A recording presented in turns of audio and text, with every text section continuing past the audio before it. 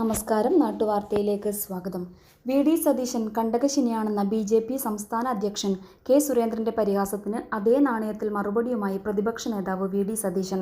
കള്ളപ്പണത്തിന് മുകളിൽ കയറിയിരിക്കുന്ന താപസനാണ് കെ. സുരേന്ദ്രനെന്നും അങ്ങനെയൊരാളാണ് തന്നെ ശപിക്കുന്നതെന്നും വി.ഡി. സതീശൻ പറഞ്ഞു. ബി.ജെ.പി. സംസ്ഥാന അധ്യക്ഷന്റെയും മുഖ്യമന്ത്രിയുടെയും ശബ്ദം ഒരുപോലെയാണെന്നും സാദിഖലി തങ്ങൾക്കെതിരായ ഇരുവരുടെയും വിമർശനങ്ങൾ അതിന് തെളിവാണെന്നും വി.ഡി. സതീശൻ മാധ്യമങ്ങളോട് പറഞ്ഞു. കേരളത്തിലെ ബി.ജെ.പിയും സി.പി.ഐ.എമ്മും തമ്മിൽ ബാർട്ടർ സിസ്റ്റമാണ്. കൊടുക്കൽ വാങ്ങലുകൾ നടക്കുന്നുണ്ട്.